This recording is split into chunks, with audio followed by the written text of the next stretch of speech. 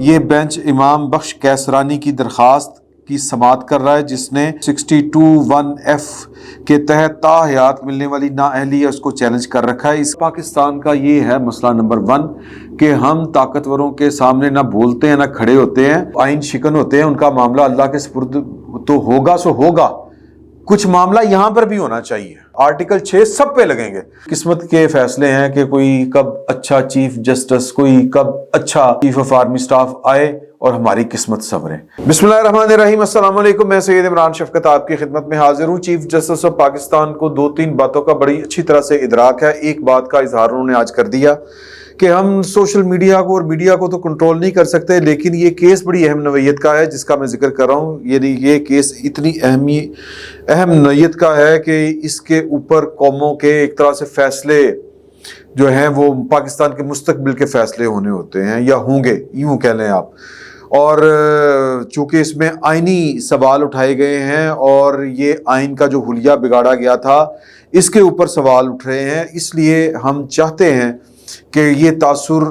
اگر جاتا ہے تو جائے۔ بیسیکلی تو وہ یہ کہہ رہے تھے کیونکہ اس وقت پاکستان کے اندر بڑا شور و غوغا ہے کہ جی نواز شریف جو ہے وہ بڑا اس وقت لاڈلا بنا ہوا ہے اور اس کے لیے سارے کام سیدھے ہو رہے ہیں۔ میں نے یہ بات جو ہے آپ سے کئی دفعہ گزارش کی ہے کہ نواز شریف لاڈلا ہے یا نہیں، لیکن ایک بات تو طے ہے، اور جو نواز شریف صاحب کے بدترین مخالف ہیں وہ بھی یہ کہتے ہیں کہ نواز شریف صاحب کے ساتھ زیادتیاں ہوئی تھیں، سسٹم نے زیادتیاں کی تھی ان کے خلاف، اور زیادتیاں کیوں کی گئی تھی وہ ہم بڑی دفعہ اس کا ذکر کر چکے ہیں۔ ہمیں تو زیادتیاں تو ہوئی تھی، جو اب جو ہو رہا ہے یہ نواز شریف کا مطالبہ تھا کہ جو ہمارے خلاف کیا گیا تھا وہ سب کچھ انصاف نہیں تھا، وہ ظلم تھا، ہم چاہتے ہیں کہ ان زیادتیوں اور مظالم کو واپس لے لیا جائے، یہ ان کا مطالبہ تھا۔ تو اب پاکستان کے اندر جو ان کے بدترین مخالف ہیں وہ یہ تسلیم تو کرتے ہیں کہ ان کے ساتھ زیادتیاں ہوئی تھی، لیکن ساتھ ہی وہ کہتے ہیں لیکن اب وہ لاڈلا ہے۔ بھائی اس کا سادہ مطلب ہے کہ نواز شریف کے ساتھ جو ظلم ہوئے تھے اس کے ازالے نہیں ہو رہے، بلکہ جو غلطیاں ہوئی تھیں، جو زیادتیاں ہوئی تھیں ان کے ازالے ہو رہے ہیں، غلطیاں درست ہو رہی ہیں ایک طرح سے۔ آج چیف جسٹس پاکستان نے جو بینچ آپ جانتے ہیں کہ وہ یہ 7 رکنی بینچ ہے جس میں چیف جسٹس آف پاکستان اس کو ہیڈ کر رہے ہیں جسٹس منصور علی شاہ، جسٹس یحییٰ آفریدی، جسٹس امین الدین خان، جسٹس جمال مدخیل، جسٹس محمد علی مظہر اور جسٹس مسرت ہلالی صاحبہ، یہ اس بینچ کا حصہ ہیں۔ یہ بینچ امام بخش کیسرانی کی درخواست کی سماعت کر رہا ہے جس نے بیسیکلی جو 62(1)(f) کے تحت تاحیات ملنے والی نااہلی ہے اس کو چیلنج کر رکھا ہے۔ اس کا فائدہ جو ہے وہ جہانگیر ترین کو، نواز شریف صاحب کو ہونا ہے، تو اس لیے چیف جسٹس صاحب نے یہ والی بات کہی تھی کہ یار کہ ہم ان کو کنٹرول تو نہیں کر سکتے، لیکن جو بھی تاثر جاتا ہے وہ جائے گا، کسی ایک خاص پارٹی، کسی ایک شخصیت کو فائدہ ہو رہا ہے۔ اصل بات یہ ہے کہ جو پاکستان کے ساتھ ظلم ہوا ہے وہ ٹھیک کرنا ہے، اور پاکستان کے ساتھ جو ظلم ہوا ہے یا جو ٹھیک ہونا ہے یہ کوئی نہ کوئی عدالت ہی کر سکتی تھی یا پاکستان کی پارلیمان کر سکتی تھی۔ پاکستان کی پارلیمان بھی جب کرتی ہے اس طرح کے کام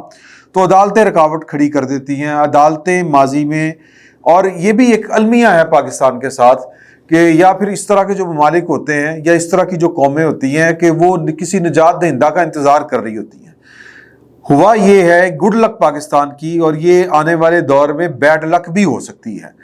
کہ ایک چیف جسٹس صاحب کو ٹھیک مل گیا اور اس کے کچھ جو کہہ لیں اسی طرح کے جو آئین اور دستور پسند جج تھے جن کو پچھلے پورے 4 سال میں کارنر کیا گیا تھا، تو بہرحال ایک چیف جسٹس جو ہے وہ آپ کو آئین پسند اور دستور پسند اور پارلیمان کی سپریمیسی تسلیم کرنے والا وہ مل گیا ہے جو کہ پاکستان کے آئین کی روح ہے۔ تو ہمیں لگ رہا ہے کہ جناب کہ اب شاید کوئی بچت کا راستہ نکل آئے، یا کچھ لوگوں کا خیال ہے کہ چیف آف آرمی سٹاف جو ہیں وہ تھوڑے سے باقی جنرلوں سے ذرا مختلف ہیں۔ اس کے اوپر بھی لوگوں کے چیف جسٹس آف پاکستان کے اوپر بھی اور چیف آف آرمی سٹاف کے اوپر بھی جو ہے وہ لوگوں کی ریزرویشنز ہو سکتی ہیں، بالکل ہوں گی، ہونی چاہیے، کوئی سارے انسان ہیں، لیکن جو اصل بدقسمتی ہے پاکستان کی وہ یہ ہے کہ یہاں پر ادارے سرو نہیں کر سکے، قانون کے اوپر عمل نہیں ہو سکا، اور شخصیات جو ہیں ہمارے جو ادارے ہیں وہ پرسنالٹی اورنٹیڈ ہیں کہ جس طرح کا چیف آرمی سٹاف آیا کام ہو جا شروع ہو گیا، جو چیف جسٹس آیا عدالتوں میں انصاف اس طرح کا شروع ہو گیا. تو آج بیسیکلی اسی ایشو کے اوپر ایک طرح سے عدالت میں جو 2 پوائنٹ بڑے خوفناک طریقے کے ساتھ ڈسکس ہوئے.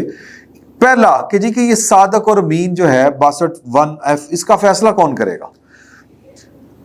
کیا کوئی شخص جو ہے عام آدمی مسلمان کوئی صادق امین ہو سکتا ہے؟ کوئی بڑے دھڑلے سے کہہ سکتا ہے کہ جی کہ میں بڑا صادق اور امین ہوں، میں بہت جناب ایماندار ہوں؟ کوئی بندہ یہ بات نہیں کر سکتا. تو عدالت نے یہ والی آج چیف جسٹس پاکستان نے کہا کہ یہ ٹائٹل تو صرف نبی کریم صلی اللہ علیہ وآلہ وسلم کو حاصل ہے، مسلمان ان کے علاوہ کسی اور شخص کو تو کہہ ہی نہیں سکتے. کس طرح آپ ثابت کریں گے؟ ایک شخص کی نظر میں جو ہے وہ بندہ جو ہے وہ صادق اور امین ہے، نیک ہے، جو آئین کی جو شکیں ہیں نا 62(1)(f) یا 62 کے نیچے جو آرٹیکلز ہیں آئین کے سب آرٹیکلز،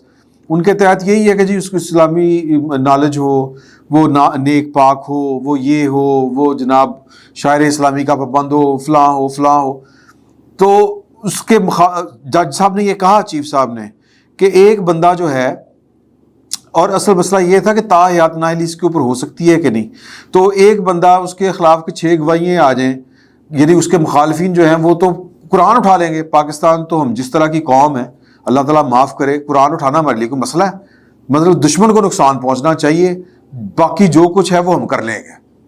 وہ کوئی اخلاقیات ہماری ہیں ہی نہیں. تو انہی کا وہ ذکر کر رہے تھے کہ ایک پارٹی ہے، نواز شریف صاحب ہیں یا عمران خان صاحب ہیں، ان کی پارٹی کے لوگ تو کہیں گے کہ عمران خان صاحب کے متعلق تو وہ کہتے ہیں کہ جناب اس سے تو بڑا صادق اور امین پاکستان میں پیدا ہی کوئی نہیں ہوا، اور اللہ معاف کرے نبیوں کے درجے پہ فائز کر دیا جناب ان کو. وہ گاڑیوں کے پیچھے پیس بھی اپون ہم لکھا ہوتا ہے عمران خان صاحب کی تصویر لگا کے، اللہ تعالیٰ معاف کرے. تو وہ کہتے ہیں اب عمران خان صاحب کے مخالفین میرے والے لے جاؤ، میں عمران خان صاحب دے وچوں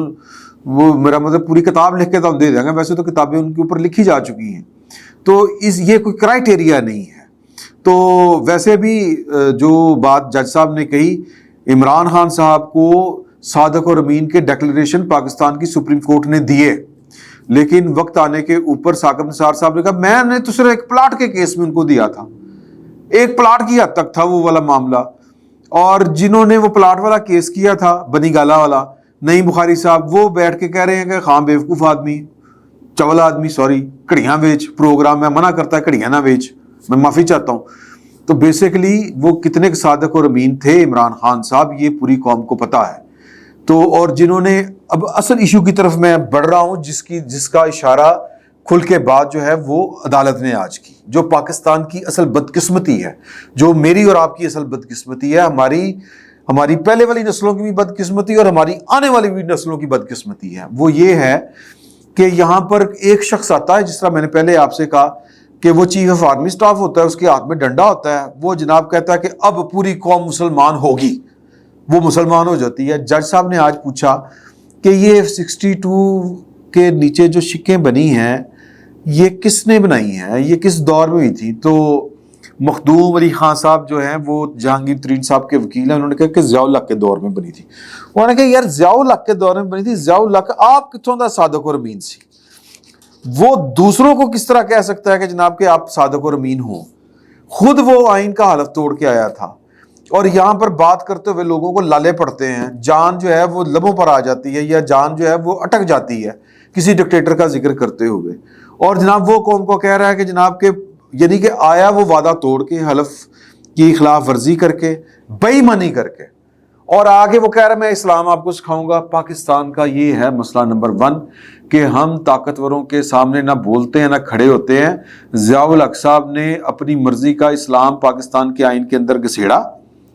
اور پھر کہا کہ اس کے اوپر عمل بھی ہو، یعنی کہ آپ بے ایمان آدمی ثابت شدہ، اور قوم کو کہہ رہا ہے کہ اس طرح کا اب لیڈر ہوگا، اس طرح کا، مطلب وہ جو کسی کے اوپر اطلاق ہی نہیں ہو سکتا اس قانون کا. لیکن کرنو ولنڈ کر دیا تھا عمران خان صاحب کے اوپر کہ وہ جو بنی گالا والا گھر تھا، آپ کو اچھی طرح پتا ہے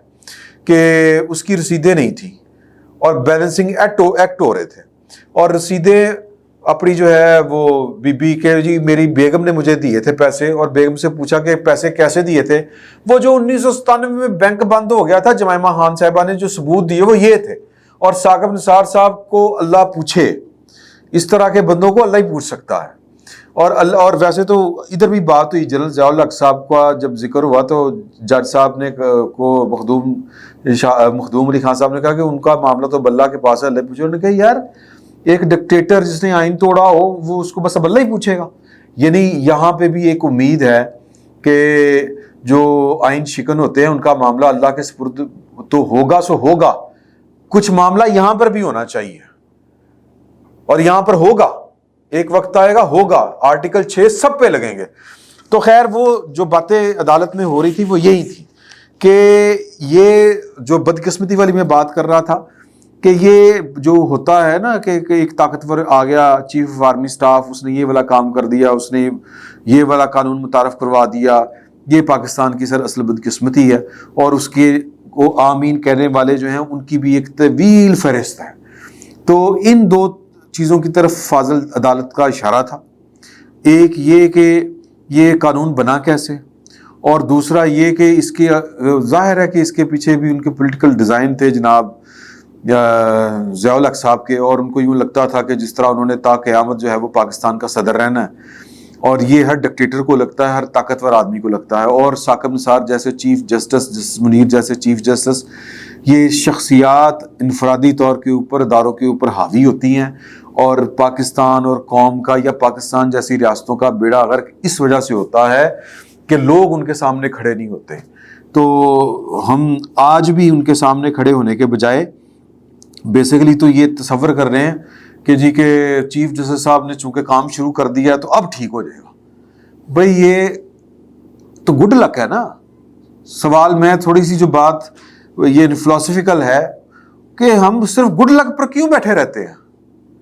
کہ جی چیف جسٹس اگر اچھا آدمی آ گیا تو ویری گڈ، اگر ثاقب نثار جیسا آ گیا تو جناب کو ہم کے 5-7 سال ضائع، اگر چیف آف آرمی سٹاف جو ہے وہ ٹھیک آ گیا، وحید کاکڑ جیسا آ گیا تو چلو چپ کر کے دو لڑ پہ بھی انہیں آپس میں تو چلو دونوں کو گھر بھیج دیں، اگلا سیٹ اپ چلائیں۔ ویسے تو وہ بھی ان کا کام نہیں تھا، لیکن بہرحال پاکستان کے اندر جو ٹیڑھ پن شروع ہوا ہے وہ پاکستان کی فوجی اسٹیبلشمنٹ کی جو پاکستان کے سیاسی معاملات میں مداخلت ہے اس کی وجہ سے شروع ہوا ہے، پاکستان کے اندر جو گڑبڑیں شروع ہوئی ہیں۔ تو ابھی تک تو اس طرح کے حالات پاکستان کے ہوں کہ پاکستان کی جو اسٹیبلشمنٹ ہے وہ صرف اپنے کام سے کام رکھے، یہ خواب ہے، اور پتہ نہیں یہ کب شرمندہ تعبیر ہوگا۔ آج عدالت میں جو وہ ہے کیس تا حیات نااہلی کا، یہ بھی بیسیکلی پاکستان کے اندر ایک ڈکٹیٹر کا متعارف کرایا ہوا قانون ہے جو ایپلیکیبل نہیں ہے، یہ آج عدالت کہہ رہی تھی، اور ہم نے اس کو اگر ہماری مرضی ہو، ہمارے طاقتوروں کی مرضی ہو تو ہم اس کو ایپلیکیبل بنا دیتے ہیں۔ یعنی کہ نواز شریف اگر ناپسند ہے تو اس کے اوپر لگا دیں گے، اگر ہر طرح کی کرپشن کے باوجود، مالی اور اخلاقی کرپشن کے باوجود اگر عمران خان ہمیں پسند ہے تو اس کے اوپر بھی یہ والا قانون لگا دیں گے اور اس کو صادق اور امین قرار دے دیں گے۔ بیسیکلی تو یہ قانون ختم ہونا چاہیے، جو ضیاء الحق صاحب نے ڈنڈے کے زور کے اوپر پاکستان کے قانون اور آئین میں گھسیڑا ہے وہ ختم ہونا چاہیے۔ لیکن یہ ختم کون کرے گا، سوال اصل میں یہ پیدا ہوتا ہے، کیا سب کچھ ہم نے عدالتوں سے کروانا ہے، اسی طرح کے فیصلے لینے ہیں؟ کل کو اگر قاضی فائز عیسیٰ سے بالکل الٹ کوئی شخصیت آ جاتی ہے، کوئی ثاقب نثار، جسٹس منیر جیسی کوئی اور 2 نمبر شخصیت چیف جسٹس پاکستان کے عہدے کے اوپر آ کے بیٹھ جاتی ہے، پھر ہم کیا کریں گے؟ سوال یہ پیدا ہوتا ہے۔ تو سر بات وہیں پہ کھڑی ہے کہ جب تک پاکستان کے سیاستدان پاکستان کی پارلیمنٹ کو مضبوط نہیں کرتے، معاملات اپنے ہاتھ میں نہیں لیتے، پاکستان کی پارلیمنٹ کے آگے سب کو جواب دہ نہیں ٹھہراتے، تب تک ہم خوش قسمتیوں کے انتظار میں رہیں گے کہ کوئی نجات دہندہ آئے جو چیف جسٹس کی کرسی پہ بیٹھے اور پھر وہ اس طرح کے ریمارکس دے، اس طرح کی زیادتیوں کے اوپر اس کا خون کڑے، اور پھر وہ جناب کوئی فیصلہ دے تو ہماری جان بخشی ہو۔ ہمیں کچھ کام خود بھی کرنا ہے۔ اب الیکشن آ رہے ہیں، اور یہ جو الیکشن ہو رہے ہیں یہ اپنی اپنی جن کو ووٹ ڈالیں ان کو جواب دے بھی ہم کرنا سیکھیں، اور کچھ ہماری جو پولیٹیکل لیڈرشپ ہے، جو ہماری سیاسی قیادت ہے، ان کو بھی کچھ اپنی ذات سے نکل کے تھوڑا سا سوچنا چاہیے، ورنہ تو جناب یہ پھر قسمت کے فیصلے ہیں کہ کوئی کب اچھا چیف جسٹس، کوئی کب اچھا جو ہے وہ چیف آف آرمی سٹاف آئے اور ہماری قسمت سنورے۔ بات فلسفیکل ہو گئی، لیکن بات یہی تھی جو آج سپریم کورٹ کے اندر زیر بحث تھی اور وہ میں نے آپ کی گوش گزار کر دی. فی الوقت اتنا ہی. بہت بہت شکریہ.